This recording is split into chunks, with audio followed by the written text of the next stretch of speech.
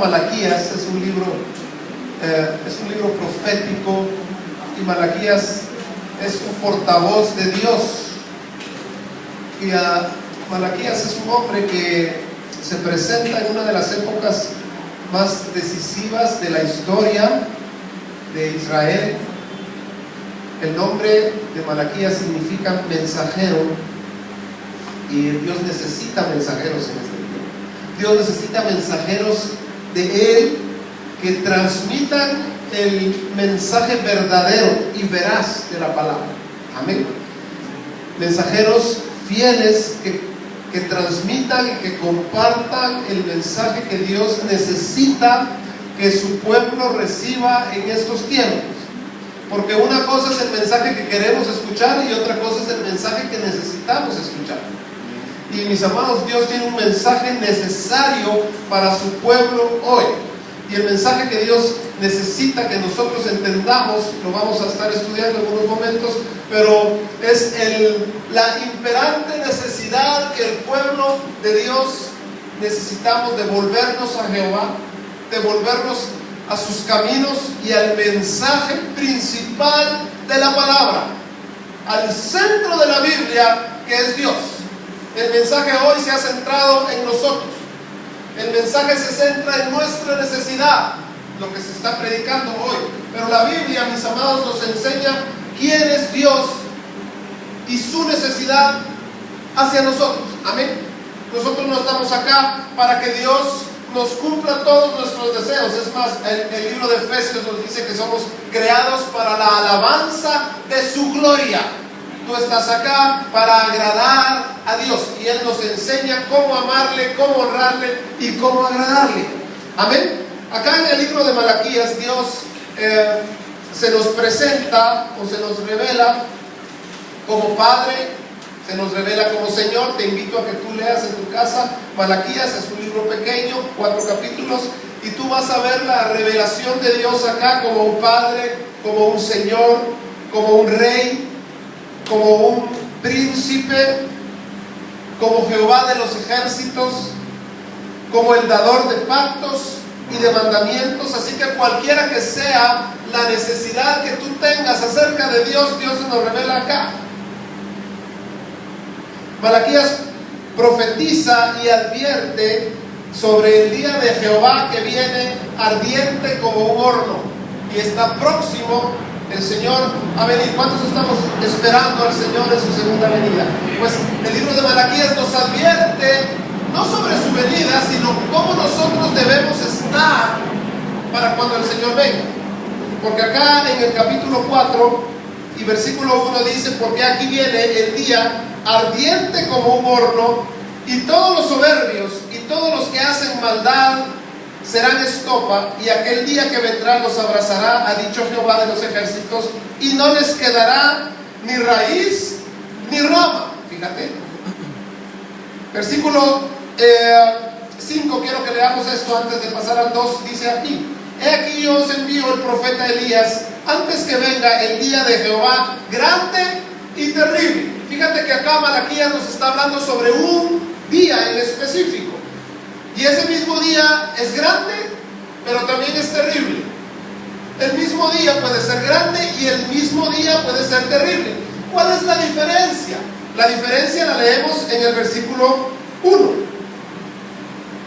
Dice: este día será terrible para todos los soberbios y todos los que hacen maldad. Pero el versículo 2 dice que este día será grande para aquellos que temen su nombre, porque en ellos nacerá el sol de justicia, dice la Biblia. Así que ese mismo día será el día más terrible para algunos, pero será el día más maravilloso para otros. ¿Cómo quieres que te encuentres ese día? Mire, no depende del día, no depende de Dios, depende de cómo nosotros estemos preparados ese día que viene. Para aquellos que hacen maldad será terrible, pero para aquellos, dice acá, que temen el nombre de Jehová, ese día va a ser maravilloso. Así que nosotros, la iglesia, debemos estar preparados para cuando ese día venga. Quiero en esta mañana, no creo que me dé tiempo de los 5, pero acá en Malaquías se nos revelan 5 pecados o 5 áreas de las que nosotros nos tenemos que arrepentir. Son 5 pecados, 5 áreas en las cuales el Señor le llama la atención al pueblo de Israel en ese momento, pero son 5 mismos pecados y 5 mismas áreas en las cuales nosotros estamos fallando y necesitamos rectificar. ¿Cuántos quieren rectificar aquello en el cual están caminando chocón? ¿Verdad que sí? Así que quiero que veamos Malaquías capítulo 1 y les voy a mencionar estas 5 áreas rápidamente y vamos a estar viendo una por una. No creo que hoy nos dé tiempo, así que no te preocupes si ves que pasan los minutos y no paso de la primera. No digas, vamos a salir a las 4 de la tarde hoy porque aquí que llega la quinta, ¿verdad? Tenemos otros domingos para hacerlo. Pero estos 5 pecados se manifiestan en 5 preguntas que el pueblo le hace a Dios acá. En Malaquías capítulo 1, versículo 1 y versículo 2, el pueblo le pregunta a Dios y le dice: ¿en qué nos amaste? En Malaquías capítulo 1, versículo 6, el pueblo hace la segunda pregunta y le dice: ¿en qué hemos menospreciado tu nombre? En Malaquías capítulo 1, versículo 7, hace la tercera pregunta y le dice el pueblo a Dios: ¿en qué te hemos deshonrado? En Malaquías capítulo 2, versículo 17, hace la cuarta pregunta y le dice: ¿en qué te hemos cansado? Y en Malaquías capítulo 3, versículo 8, hace la quinta pregunta y le dice: ¿en qué te hemos robado? Así que Dios, mis amados, le está llamando la atención al pueblo acerca de su amor, acerca de restaurar su altar, acerca de ordenar sus prioridades, acerca de la justicia y la santidad que el pueblo demanda a su pueblo, y acerca también de las finanzas.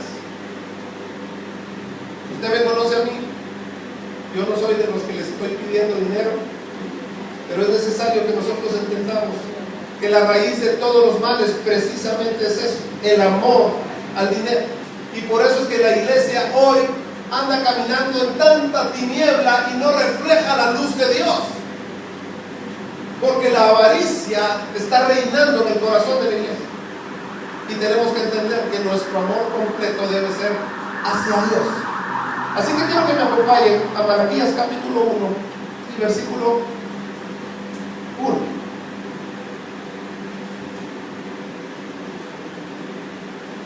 Dice así: profecía de la palabra de Jehová contra Israel. Mire, la profecía era a favor de Israel o contra Israel. ¿Ya leyó? Dice: profecía de la palabra de Jehová contra Israel. Porque yo te quiero decir una cosa, mi hermano. Dios no puede ser burlado, dice Gálatas. Y Dios no puede mentir. Y Dios no es un Dios alcahueta. Así que cuando Dios tiene que llamar la atención, llama la atención. Cuando Dios tiene que felicitarnos, Dios nos felicita. Pero cuando Dios nos tiene que disciplinar, nos disciplina. Así que acá Dios necesitaba manifestar una palabra de disciplina y de llamar la atención al pueblo, porque el pueblo se había desenfrenado, ¿sabes? Los sacerdotes acá, en este tiempo, los sacerdotes eran corruptos y el pueblo se había degradado en la idolatría y en los placeres mundanos. ¿No te suena algo parecido a lo que está pasando ahora?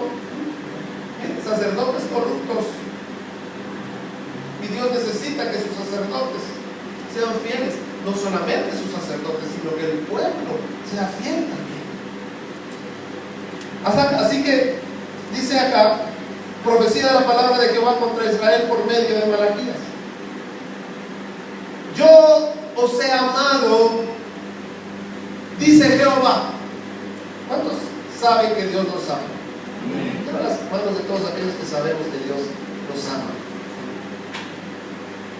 Yo os he amado, dice Jehová, y dijisteis, fíjate la pregunta: ¿en qué nos amaste? No era Esaú hermano de Jacob, dice Jehová, y amé a Jacob. Pero miren la pregunta con la que le responde el pueblo a Dios. Dios le dice, yo te amo. Y el pueblo le dice, ¿en qué me has amado? Mira, imagínate que tú llegas con tu amada o con tu amado y que le digas, yo te amo. Y que ella te responda, ¿y en qué me has amado? ¿Y en qué me has amado? El pueblo acá, en otras palabras, le estaba diciendo a Dios, Señor, nosotros no nos hemos dado cuenta de ese amor. Dinos, ¿en qué nos amaste? ¿Se acuerdan cuando el pueblo salió de Egipto? Y estaban a días de haber salido de Egipto y se estaban muriendo de sed. Acababan de ver cómo el mar se había abierto en dos y cómo habían logrado pasar y Faraón había quedado aniquilado y muerto en medio del mar. Y el pueblo sale y le da sed y llegan a las aguas de Mara, y cuando ellos beben de esas aguas, las aguas eran amargas y empiezan a murmurar en contra de Dios. Recién habían salido de Egipto y ya se querían regresar. Y empiezan a murmurar y a decirle a Dios, ¿para qué nos sacaste de acá? Para hacernos morir de sed. Porque esa es nuestra naturaleza. Y el pueblo le dice acá a Dios, ¿en qué nos has amado? En el original, acá hebreo, la pregunta debiera decir así: ¿cómo nos has amado? ¿Cómo nos has amado? ¿Cuántas veces nos hemos hecho esta pregunta nosotros? Porque miren, cuando Dios nos da, cuando Dios nos tiene bien vestiditos y bien comiditos, ay, pues qué lindo es Dios. Pero cuando nuestras oraciones no son contestadas como nosotros queremos, cuando no se nos da lo que nosotros queremos, entonces muchas veces dudamos del amor de Dios. Cuando otros están recibiendo y nosotros no, entonces ponemos en duda el amor de Dios hacia nosotros. Cuando otros son sanados y nosotros no, entonces vienen los dardos del enemigo a decirte, Dios no te ama. Mira, estás orando, estás ayunando, estás yendo a la iglesia, estás haciendo todo y Dios no te contesta. Eso quiere decir que Dios no te ama. ¿Cuántos hemos escuchado esa vocecita? ¿Cuántos le hemos hecho caso a esa voz? El pecado del pueblo de Israel acá fue dudar del amor de Dios. Mis amados, dudar del cuidado de Dios, dudar del amor de Dios es un pecado. A Dios no le agrada que nosotros dudemos de su amor y de su cuidado, porque Él nos dice, con amor eterno te he amado. El Señor dice, porque de tal manera amé al mundo que di a mi Hijo unigénito para que todo aquel que en Él crea no se pierda, mas tenga vida eterna. Así Dios no hiciera un solo milagro en nuestra vida, mis amados. El solo hecho de que el Hijo haya muerto en una cruz para librarte del infierno es suficiente razón para que nosotros creamos que Él nos ama. No necesita Dios mostrarnos su amor más allá de lo que Él ya hizo. Dios te ama y te lo demostró viniendo a morir en una cruz y haciéndose maldición por ti. Mire, hoy se habla tanto de la cruz, hasta hay una película de la cruz hoy, ¿verdad?, que dicen que está buena. Primero Dios la voy a ver hoy. Pero te quiero decir algo y llamar la atención a algo. No fue la cruz quien te salvó, fue el que estaba colgado en esa cruz quien te salvó. La cruz no tiene poder para salvarte. Fue el que se colgó en esa cruz quien murió por ti, por tus pecados, por tus iniquidades, por tus transgresiones. Se hizo maldición para que tú recibas bendición. Fue Cristo Jesús colgado en la cruz quien hizo el milagro. No fue la cruz. Te quiero decir algo, la cruz sigue siendo un objeto de maldición. Maldito todo aquel que es colgado en un madero, dice la palabra. Así que la cruz lo que significa es que aquel que no tuvo pecado se hizo pecado. El poder de la cruz, mire, ¿Sabe cuál es el poder de la cruz? El poder de la cruz fue que hizo maldito al que se colgó en ella, para que tú no tuvieras necesidad de ser colgado ahí. Así que ¿quién nos salvó? Quien nos derrama de su bendición no es la cruz, es Cristo. Es el que se colgó ahí. Mira, a la par de la cruz había otras dos cruces, ¿te acuerdas? Que habían dos ladrones colgados ahí, pero más sin embargo sus cruces no los salvaron. Uno, el que estaba colgado a su derecha, fue salvo porque reconoció que el que estaba colgado en la cruz de la vecindad era Dios. Así que no más dudar del amor de Dios. Es un pecado que nosotros dudemos de su cuidado y de su amor. Y ese es el gran peligro de la doctrina que se predica hoy. Esa doctrina que te dice tú tienes que ser rico. Esa doctrina que dice Dios está ahí para concederte todo lo que tú pides es muy peligrosa. Porque Dios no está ahí para cumplirnos todos nuestros caprichos. Dios está ahí para salvarnos del infierno. Así que cuando Dios no nos da y se nos ha enseñado otra cosa, entonces entramos en conflicto. Juan capítulo 3 versículo 16 dice: porque de tal manera amó Dios al mundo, que ha dado a su Hijo unigénito, para que todo aquel que en Él crea no se pierda, mas tenga vida eterna. Primera de Juan capítulo 3 y versículo 16 dice así: en esto hemos conocido el amor, en que Él puso su vida por nosotros.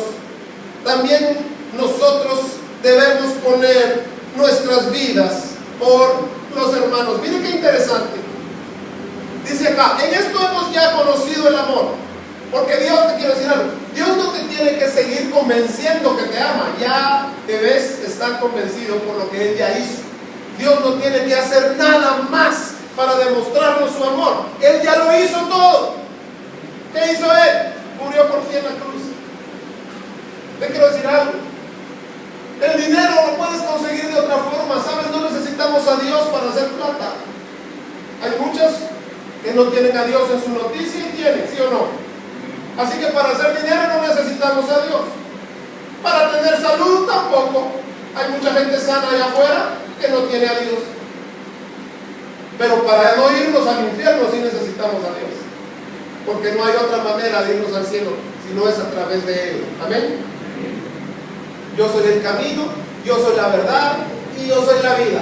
Y nadie viene al Padre si no es por mí. Así que el dinero lo puedes conseguir por otro lado, las bendiciones materiales las podemos conseguir por otro lado, pero el cielo solo a través de Cristo Jesús. ¿Cuántos nos vamos a ir al cielo acá? Si tú eres bendecido, tú tienes la mayor bendición que un ser creado puede tener, y es que se te abrió el acceso para que tú puedas morar en su presencia eternamente. ¿Qué mayor bendición que es? ¿Qué mayor muestra de amor que es? ¿Verdad? No muy convencidos, pero bueno. Verso 17. Pero el que tiene bienes en este mundo y ve a su hermano tener necesidad y cierra contra él su corazón, ¿cómo mora el amor de Dios en él? Hijitos míos, no amemos de palabra ni de lengua, sino de hecho y en verdad. Te quiero decir algo. Dios vino y entregó a su Hijo unigénito para que todo aquel que en él crea no se vaya al infierno, sino tenga vida eterna. Así que Él vino y dio todo lo que tenía. La naturaleza de Dios es dar. A Dios le gusta dar. Él se dio a sí mismo. Y Él nos dice: si ustedes tienen mi amor, tienen que manifestarlo. ¿Cuántos tenemos el amor de Dios acá? Miren, ¿cuántos hemos recibido su amor? Amén. Si tú recibiste su amor, lo tienes que manifestar. ¿Cómo manifestamos el amor de Dios? Haciendo lo que Él hizo. ¿Qué hizo Él? ¿Qué hizo Él? Él dio ¿Cómo manifestamos nosotros que tenemos a Dios? Dando. Mira, a nosotros se nos está enseñando que estamos acá para recibir. Y la iglesia es una esponja que solo quiere recibir. Pero el Señor nos dice, si ustedes tienen mi amor y si han entendido mi amor, entonces van a empezar a dar. Y cuando tú veas a alguien que habla sobre el amor de Dios, esa persona tiene que manifestarlo dando. El amor se manifiesta dando. ¿Cuántos amamos a nuestros hijos acá? Mira, te voy a hacer una pregunta. Bueno, aquí hay hijos, pero no están los chiquitos, ¿verdad? ¿Esos bandidos solo quieren recibir, sí o no?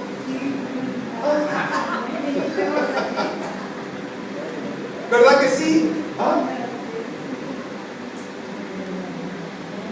Ahora, tú los amas, tú les das, pero no les das todo lo que quieren, ¿verdad que sí? ¿Verdad que no les damos todo? ¿Qué pasa si nosotros les damos todo a los patojos? Los dañamos. Y a veces no les damos no porque no tengamos, no les damos porque sabemos que a uno no puede administrar, pues Dios es igual. Dios no te va a dar todo lo que pides, no porque Él no te lo pueda dar, sino porque Él te ama tanto, te dice aún no, o eso no, porque Él te ama. Jeremías capítulo 29, versículo 11, dice, porque mis pensamientos, no dice así, Jeremías 29, y eso que es mi capítulo, ese lo dice, ¿verdad? Jeremías 29, 11 dice así, porque yo sé los pensamientos que tengo acerca de vosotros, dice el Señor, que son pensamientos de bien y no de mal, para darte un futuro y una esperanza. Mira, que este versículo se haga vida en tu corazón y que tú sepas que los pensamientos que Dios tiene acerca de ti son pensamientos de bien y no de mal, para darte un futuro y una esperanza. Así que mi amor, ya no más dudar del amor de Dios. Es un pecado cuando ponemos en duda el hecho de que Dios nos ama. Si las cosas no están saliendo como nosotros queremos, no es porque Dios nos odie, no es porque Dios se quiera vengar, no es porque Dios amaneció resentido esa mañana, es porque Dios te ama tanto que permite situaciones que nosotros no entendemos para nuestro bien. Romanos capítulo 8, versículo 28 dice que a los que aman a Dios, todas las cosas, ¿cuántas? ¿Cuántas? Todas las cosas nos ayudan a bien para cumplir su propósito en nuestra vida. Quiero que me acompañes a Deuteronomio capítulo 6. ¿Estamos entendiendo hasta acá? No. Sí. Dime.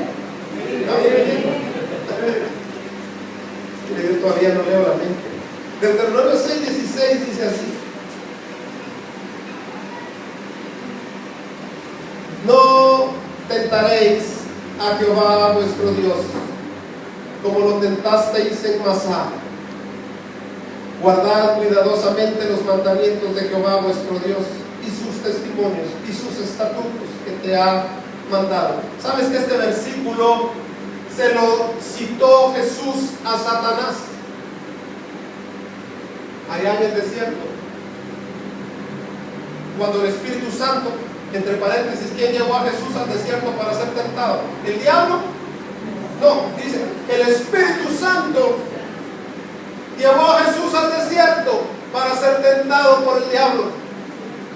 Así que viene Satanás y tienta al Señor y le dice: ¿por qué no te subes al pináculo del templo y te lanzas de ahí? ¿Y qué le contesta Jesús? Le contesta acá: no tentarás al Señor tu Dios. No tentarás al Señor tu Dios como lo tentaron en Masá. Masá, ¿sabes qué significa Masá? Esto es tremendo. Masá significa prueba.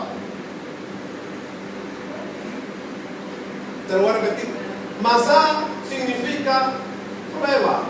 ¿Cuántos hemos pasado por prueba acá? Cuidadito, cuidadito lo que haces. En el cielo está el Señor que te mira con amor. Mira, cuidadito con tentar al Señor en la prueba. ¿Quieres ver qué pasó ahí? Éxodo 17. Éxodo capítulo 17. Mire qué tremendo. Toda la congregación de los hijos de Israel partió del desierto de Sin por sus jornadas, conforme al mandamiento de Jehová, y acamparon en Refidim, y no había agua para que el pueblo bebiese. Y altercó el pueblo con Moisés, y dijeron: danos agua para que bebamos. Y Moisés les dijo: ¿por qué altercáis conmigo? ¿Por qué tentáis a Jehová? Así que el pueblo tuvo sed, y murmuró contra Moisés, y dijo: ¿por qué nos hiciste subir de Egipto para matarnos de sed a nosotros, a nuestros hijos y a nuestros ganados? Entonces clamó Moisés a Jehová diciendo: ¿qué haré con este pueblo? De aquí a un poco me apedrearán. Y Jehová dijo a Moisés: pasa delante del pueblo y toma contigo de los ancianos de Israel, y toma también en tu mano tu vara con que golpeaste el río, y ve, he aquí que yo estaré delante de ti, allí sobre la peña de Horeb, y golpearás la peña, y saldrán de ellas aguas, y beberán el pueblo. Y Moisés lo hizo así en presencia de los ancianos de Israel, y llamó el nombre de aquel lugar Prueba, porque allí fue probado el corazón, y salieron reprobados, porque dudaron del amor y del cuidado de Dios. ¿Cómo iba Dios a dejarnos morir de sed ahí? Acababan de ver cómo a través de una simple vara Dios había abierto el mar en dos, y habían salido de una esclavitud de 400 años, y ahora tuvieron sed y no esperaron a ver la provisión de Dios, sino que murmuraron. Y mi amado, ¿cuántas veces no nos pasa lo mismo? ¿Cuántas veces no vemos el amor y el cuidado de Dios en algún área de nuestra vida? Y de repente viene la prueba. De repente Dios permite una situación en nuestra vida que se sale de nuestro control, y lo primero que hacemos es murmurar en contra de Dios. Lo primero que hacemos es dudar de su cuidado hacia nuestra vida. ¿A cuántos les ha pasado eso, Ronnie? ¿Cuántos hemos llegado, Señor? ¿Por qué no tienes cuidado de mí? ¿Por qué no concedes mi petición? ¿Acaso no escuchas mi oración? ¿Por qué a mi vecino, a mi primo, a mi hermano o a quien sea, Señor, no ha orado y tú ya le diste lo que ni siquiera te ha pedido? Y yo, que oro, que vigilo, que ayuno, que hago, que deshago, Señor, parece que mi oración no llega hasta ti. ¿A cuánto nos ha pasado?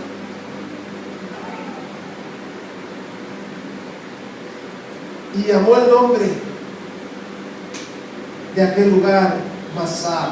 Masá significa prueba. Y Meriba. Meriba significa renuncia. Porque a veces, mis amados, nos ponemos a pelear con Dios cuando las cosas no nos salen bien. A veces las circunstancias se tornan difíciles, y con quien rematamos es con Dios. Y saben una cosa, yo les quiero decir algo. La mayoría, no quiero decir todas, pero la mayoría de circunstancias difíciles que pasamos son como consecuencia de nuestra desobediencia.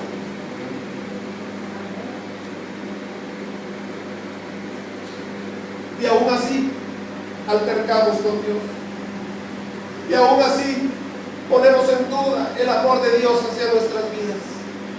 Mis amados, hace tiempo ya debimos haber sido consumidos, si no es porque el amor y la misericordia eterna de Dios se derramaron sobre nosotros, ninguno de los que estamos acá debiéramos estar. Dios tuvo misericordia de nosotros. Dios tuvo misericordia de ti. Dios te ha guardado y te ha cuidado. Y sabes algo, los mayores milagros en nuestra vida ni siquiera nosotros somos conscientes de ellos. Tú ni te imaginas cuántas veces Satanás te quiere matar diariamente y Dios no lo permite. Tú ni te imaginas las veces que Dios ha dicho no para librar tu vida. Ninguno de los que estamos acá debiéramos estar ya. Dios ha puesto un vallado alrededor nuestro y el enemigo no nos puede tocar por su amor, por su misericordia. Y el Señor no te lo está cantando todo el tiempo porque espera que tú confíes y que tú creas que Dios te ama. Ay, pero es que no tengo suficiente plata, pero tienes vida en abundancia. Cuando te mueras te vas a ir al cielo. ¿Qué más muestra de su amor el que estemos vivos hoy? Yo te animo a que tú agarras una hoja de papel y pongas ahí tus bendiciones y te vas a dar cuenta que eres bendito de Jehová, que tienes más de lo que el 90% de la población sobre la tierra tiene.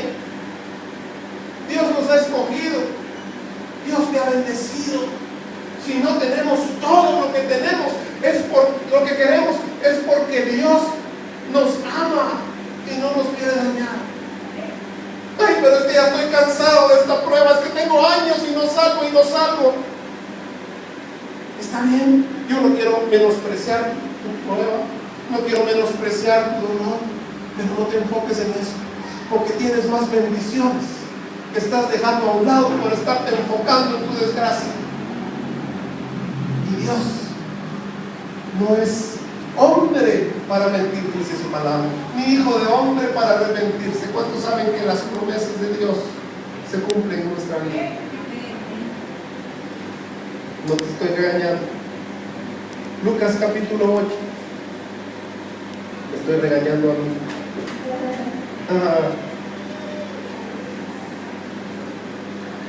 En el tiempo de la prueba es donde no se debe dudar de Dios.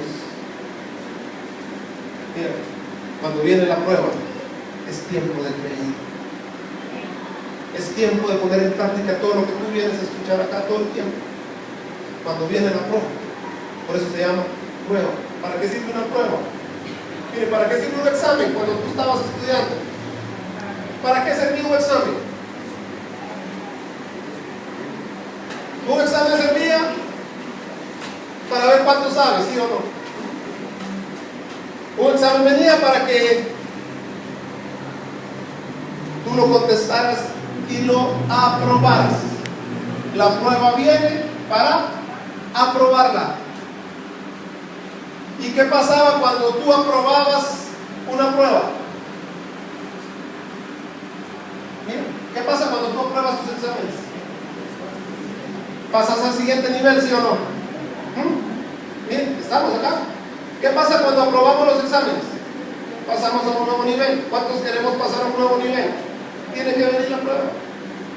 Es que mira, cuando tú vengas a escuchar a estos hombres que vienen a profetizar todo lo bonito y todo lo bello que nos espera, es cierto, pero antes de eso viene el examen.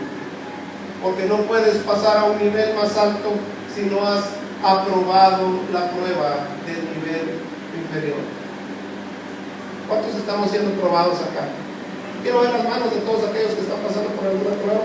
Todos, ¿verdad? ¿Qué quiero decir algo? Tú eres candidato para pasar a un nuevo nivel. Mientras no aprobemos la prueba, seguiremos acá. Mientras sigamos nosotros quejándonos, mientras sigamos nosotros rebelándonos en contra de la voluntad de Dios, mientras sigamos nosotros amargados con Dios por lo que estamos viviendo, mis amados, la puerta del siguiente nivel permanecerá cerrada. Es mejor que aprobemos la prueba, que pasemos la circunstancia con una actitud correcta, creyéndole a Dios. Porque, mira, ¿cuántos creen en Dios acá? Vamos a administrarles a Cristo. ¿Cuántos creen en Dios acá? ¿Cuántos le creen a Dios?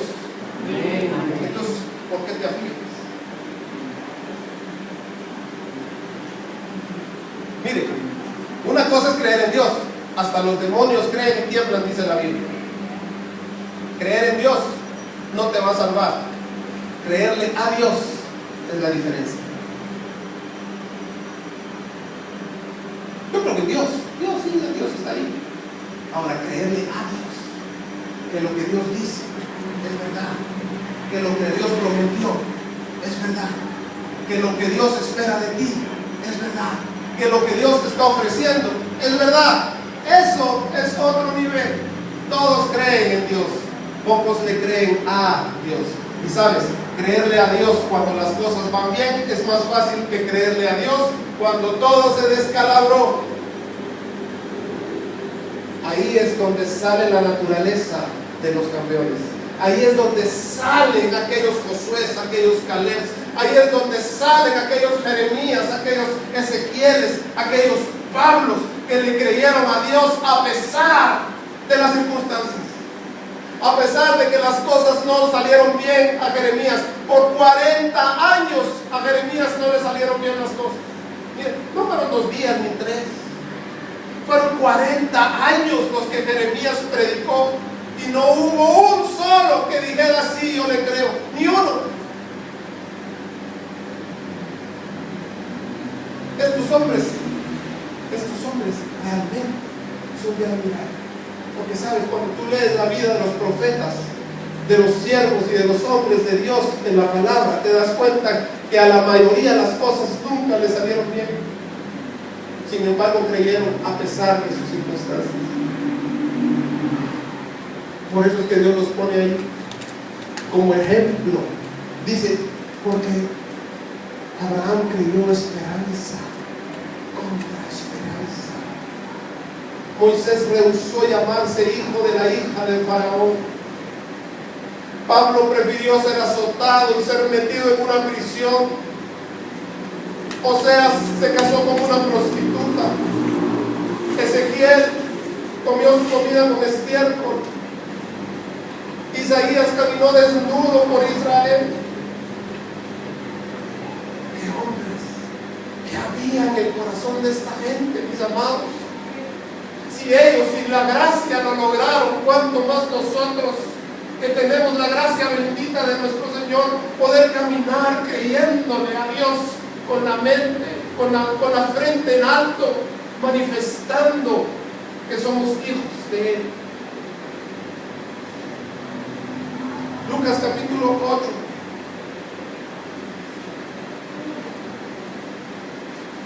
Seguramente no me va a dar tiempo de las 5.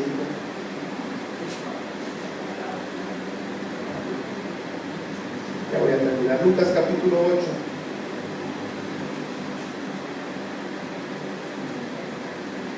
Versículo 5. Y el sembrador salió a sembrar su semilla. Y mientras sembraba, una parte cayó junto al camino y fue hollada, y las aves del cielo la comieron. Otra parte cayó sobre la piedra, y nacida se secó porque no tenía humedad. Otra parte cayó entre espinos, y los espinos que nacieron juntamente con ella la ahogaron. Y otra parte cayó en buena tierra, y nació y llevó fruto a 100 por 1. Ahora yo quiero que me acompañes al versículo 13, porque aquí el Señor nos da la interpretación de lo que está hablando.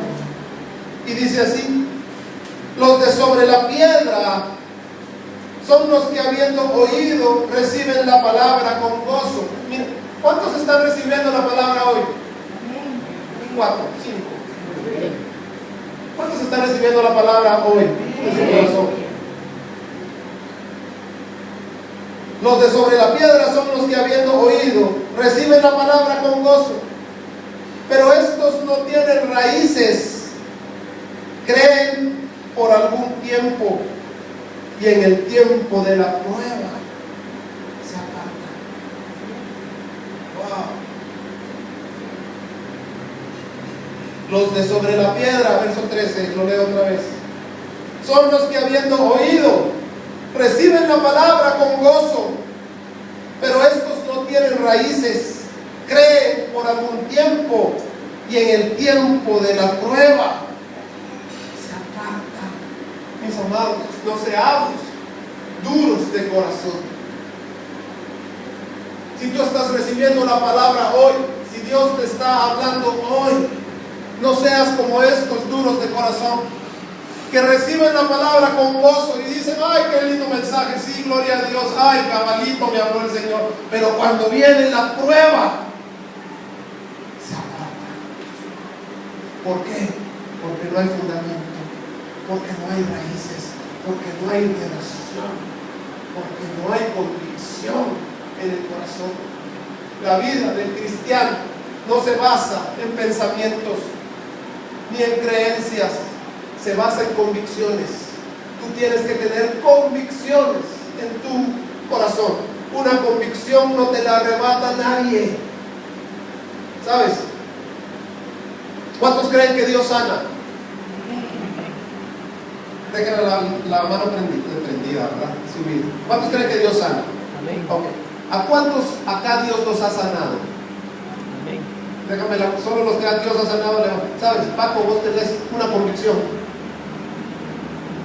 Cuando nosotros sabemos que Dios hace algo, puede venir alguien con argumentos y botarnos los nuestros. Pero cuando nosotros tenemos una convicción, eso no te lo quita nadie. ¿Te acuerdas de aquel? Mire, yo no sé, lo único que sé es que antes era ciego y ahora veo. A mí no me venga con versículos. Lo único que sé es que ese hombre que está ahí, yo antes era ciego, escupió sobre mis ojos y ahora veo. Eso es una convicción. Una convicción es algo que se incrusta en tu corazón, que se incrusta dentro de tus huesos y las coyunturas de ellos, y no te deja jamás, aun cuando las circunstancias digan lo contrario. Tú tienes la convicción de que Dios te ama. Dios te ama. Que no sean argumentos acá. La religión te da argumentos. La religión te dice: sí, Dios te ama porque mira cómo te tiene de bonito, te dio tu carrito, tu casita, tu sueldo y tus puntos, ¿verdad? Dios te ama, amigo. Pero una convicción,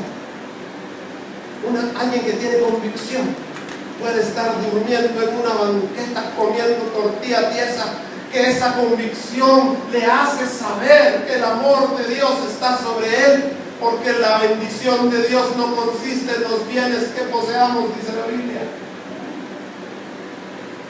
Porque basta con que te mires al espejo para saber que Dios te ama.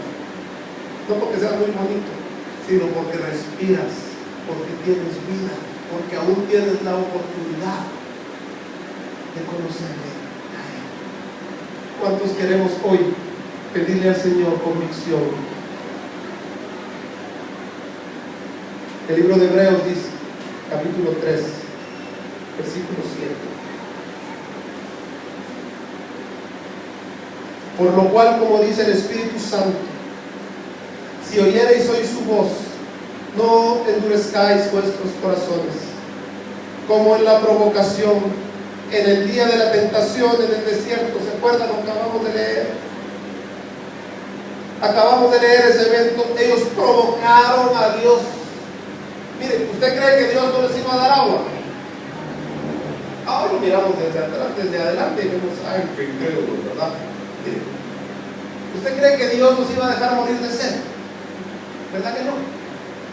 Sin embargo, ellos provocaron a Dios.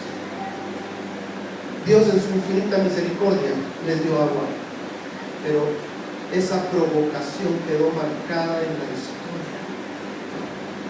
Y te quiero decir algo: esa provocación impidió que muchos llegaran a Canaán, incluso Moisés. Porque ahí Dios le dice: pégale a la peña. La peña es Cristo, y Cristo tuvo que ser crucificado por nuestra rebelión, por nuestra provocación. Y 40 años después, Dios le dice a Moisés: háblale a la peña. Y Moisés le pega otra vez a la peña, y Moisés no entra a Canaán, a causa de que el pueblo era un pueblo rebelde. ¿Cuántos queremos ser un pueblo obediente? Mira, un pueblo agradecido. Dios necesita un pueblo agradecido. Dios anda buscando un pueblo agradecido.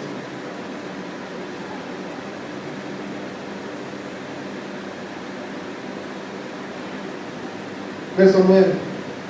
Donde me tentaron vuestros padres, me probaron y vieron mis obras 40 años, a causa de lo cual me disgusté contra esa generación y dije: siempre andan vagando en su corazón y no han conocido mis caminos.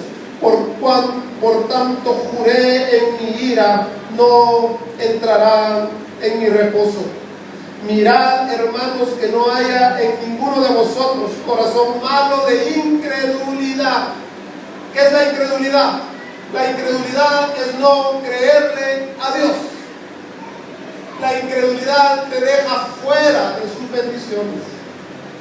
Y el Señor te está diciendo acá: cuidado, que no haya en ninguno de nosotros corazón malo de incredulidad para apartarse del Dios vivo.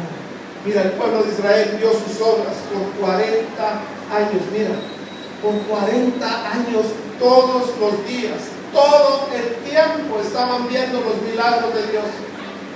Había una nube todo el día para que el sol no los calcinara. La nube se movía para guiarlos. En la noche había una columna de fuego que les daba calor. El maná caía todos los días. El vestido no se les desgastaba, los zapatos crecían con ellos, no se enfermaban. Había una peña que les seguía. Mira, no era una piedrita, eran más o menos 6 millones de personas. ¿Te imaginas de qué tamaño debiera ser esa piedra para darle de tomar a 6 millones de personas con todo y su ganado? Mira ese milagro. Yo quisiera saber cómo lo hizo Dios. Pero dice la Biblia que esa peña los seguía. A donde ellos iban, allí iba la peña. Ellos vieron la gloria de Dios. Y te quiero decir algo: abre tus ojos, porque tú todos los días puedes ver la gloria de Dios en tu vida. No necesitas milagros sobrenaturales para creer, porque dice la palabra: bienaventurado el que sin ver cree. Todos los días estás viendo milagros. Tú estás acá porque un milagro ocurrió hoy y Satanás no te mató. Tú sabes que tú eres un enemigo del diablo, y él no se habla con cuentos. Si él te puede matar, te mata. ¿Y sabes por qué no te ha matado? Porque Dios no lo ha permitido. Porque Dios le ha dicho que no. Yo digo: no, no lo toques. Te prohíbo que lo mates. Y él no puede, porque Dios ha hablado una palabra de bendición acerca de ti. Todos los días, cada segundo de tu vida, si tú puedes abrir tus ojos espirituales, vas a ver los milagros de Dios sobre ti. ¿Cuántos han visto milagros de Dios acá? Mira, un milagro no es solo que Dios sane un cáncer o que levante un muerto de su tumba. Un milagro es que tú y yo estemos vivos. Un milagro es que tú y yo estemos sanos. Un milagro es que tú y yo, aunque hayamos pasado lo que hayamos pasado, estemos aquí y sigamos creyendo. Yo sé que todos acá hemos pasado días de lepra, días en los que queremos claudicar. También estos hombres los pasaron. Jeremías en el capítulo 20 llegó con Dios a decirle: Señor, ya no más.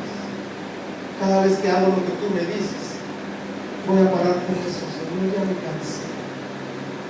Llevo 30 años predicando y no he visto a uno que se convierta, y tú me dijiste que mi palabra, que lo que tú hablaras a través de mí, Señor, tú ibas a respaldarla y nadie se ha convertido. Pero dice Jeremías en el capítulo 20: pero hay un fuego aquí adentro. ¿Cuántos tienen ese fuego adentro? ¿A cuántos nos han dado ganas de salir corriendo, pero cuando vas a media cuadra dices: no, no puedo, me tengo que regresar? ¿Sabes? Esa es la convicción de Dios. Ese es el amor de Dios. No te va a dejar y no te va a desamparar.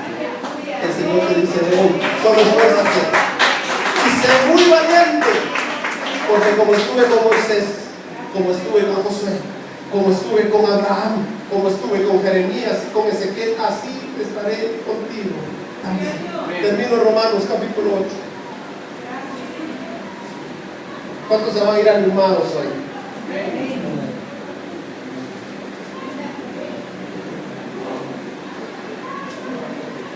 Versículo 28.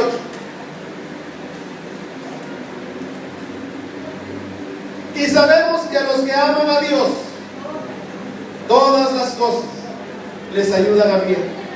Esto es, a los que conforme a su propósito son llamados.